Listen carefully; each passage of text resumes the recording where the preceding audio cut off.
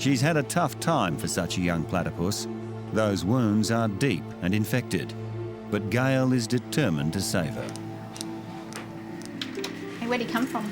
Just over the border at Yukai, and one of the carers down there, Jenny, picked him up and he was just found on the bridge, huddled over, and it's one of the areas where the creeks have really overflowing.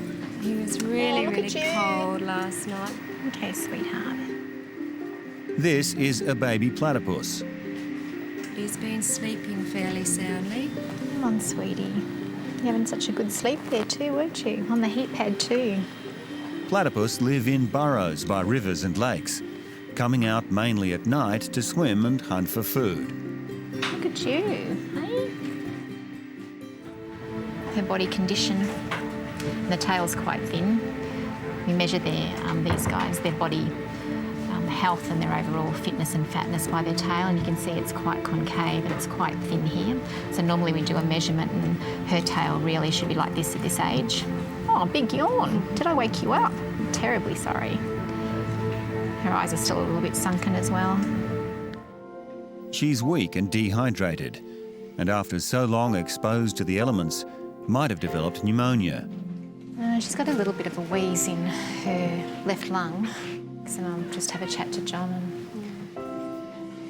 I've been very, very privileged to be one of the lucky ones that's actually got to look after them. They have these amazing little hands that when they're swimming, they spread out and enable them to go through the water quite quickly. When they're digging their burrows, they can actually fold this back, or when they're walking along even, and then they can use their claws for digging. They also have the most amazing bills, which is, I think, the best possible part of them. They're amazingly soft. Hers is a little bit rough because she's been doing it hard out there, but these bills are so soft. It's actually like baby skin, like a newborn's skin. It's really, really soft. That soft bill is the platypus's main hunting tool. They dive down to the riverbed and snuffle about with their eyes closed.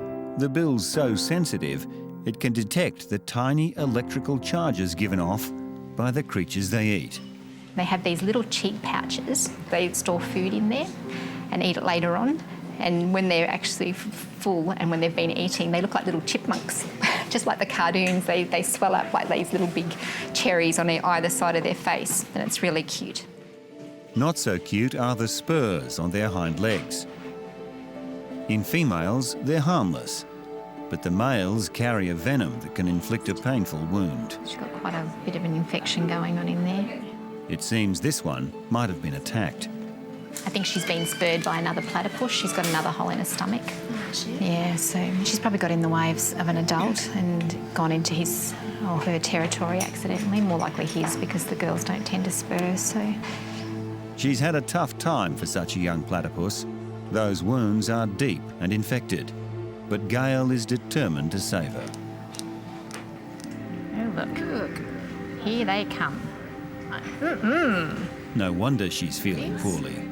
Maggots. Okay, sweetie, this is going to feel a little bit funny. Sorry, sweetie. Good girl. Stings a bit, doesn't it? Kill all those nasty maggots in there. With the wounds cleaned, they'll take a look at her chest. She's wheezing, and it could be pneumonia. To keep her still for the X-ray, she'll need to be asleep.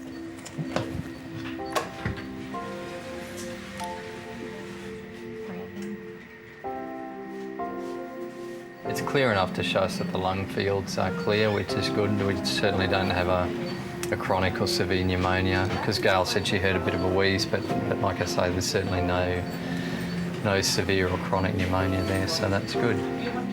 It's great news for the little platypus. Despite everything, she's in better shape than Gail feared. The baby platypus is well and truly back in the land of the living. Come on, sweetie. Gail's given her a name, Hannah. Food. See how you go, hey? And she's also about to give her her first decent meal in more than a week. Okay, sweetheart. This is all going to be new for you, but you're going to love it in a couple of days, let me tell you.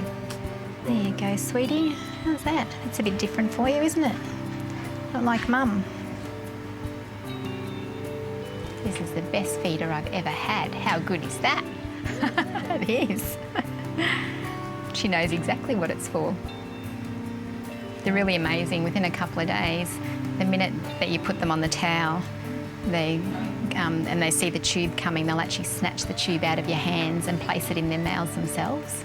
They're really quick, yeah. Good girl. How much was that?